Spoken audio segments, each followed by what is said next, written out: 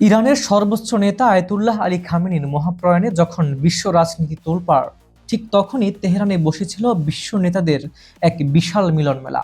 বাংলাদেশ, চীন, রাশিয়া, ভারত, এমনকি সৌদি আরব ও কাতারের মতো শতাধিক দেশের প্রতিনিধিরা সমস্ত মার্কিন চাপ উপেক্ষা করে যোগ দিয়েছিলেন এই রাষ্ট্রীয় জানাজায়।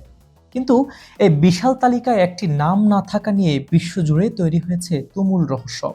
তিনি আর কেউ নন, উত্তর কোরিয়ার সর্বোচ্চ নেতা কিম জং উন।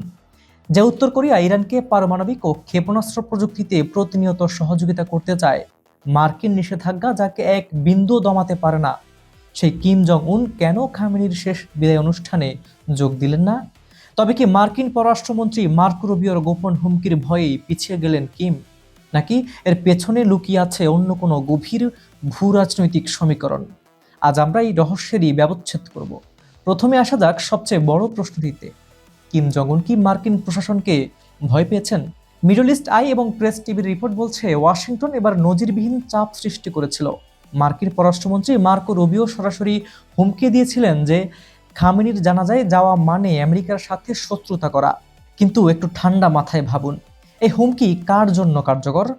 যেসব দেশ মার্কিন উন্নয়ন সহায়তার উপর নির্ভরশীল কিংবা যাদের ওয়াশিংটনের সাথে বিলিয়ন ডলারের বাণিজ্য রয়েছে, উত্তর কোরিয়া বা কিম জং উনের ওপর আমেরিকার নতুন করে দেওয়ার মতো কোনো অর্থনৈতিক চাপ বাকি নেই।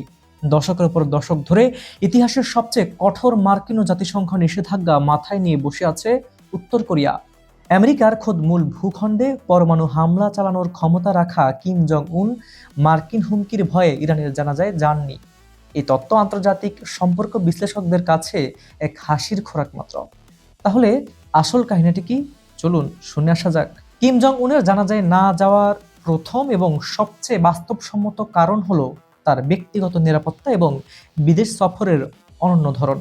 কিম জং উন সাধারণ বিশ্ব নেতাদের মতো তখন বিমানে চড়ে যে কোনো দেশে যান না। 2011 সালে ক্ষমতায় আসার পর থেকে তিনি অত্যন্ত সীমিত কয়েকটি দেশে সফর করেছেন, যার মধ্যে রয়েছে চীন, রাশিয়া, সিঙ্গাপুর এবং ভিয়েতনাম। এর মধ্যে বেশিরভাগ সফরই তিনি করেছেন তার বিশেষ সাজোয়া যানে চড়ে, যা অত্যন্ত ধীর গতির এবং নিরাপদ। উত্তর কোরিয়া থেকে ইরানে যেতে হলে বিশাল আকাশপথ পাড়ি দিতে হবে, যা কিমের ব্যক্তিগত নিরাপত্তা প্রোটোকলের সাথে খাপ খায় না।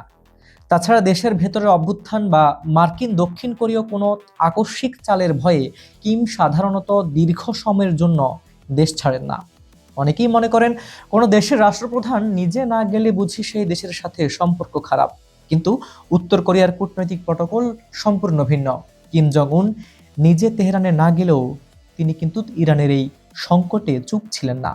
উত্তর কোরিয়ার রাষ্ট্রীয় গণমাধ্যম KCNA অনুযায়ী খামেনির মৃত্যুর পরপরই কিম জং উন ইরানের অন্তর্বর্তীকালীন সরকার এবং সে দেশের জনগণের প্রতি গভীর সমবেদনা জানিয়ে তার সর্বোচ্চ স্তরের বার্তা পাঠিয়েছেন।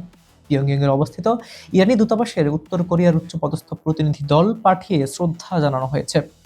অর্থাৎ কূটনৈতিকভাবে ইরানকে যা সমর্থন দেওয়ার তা পুরোটাই দিয়েছে উত্তর কোরিয়া। এর জন্য কিমের সশরীরে উপস্থিত হওয়ার প্রয়োজন ছিল না।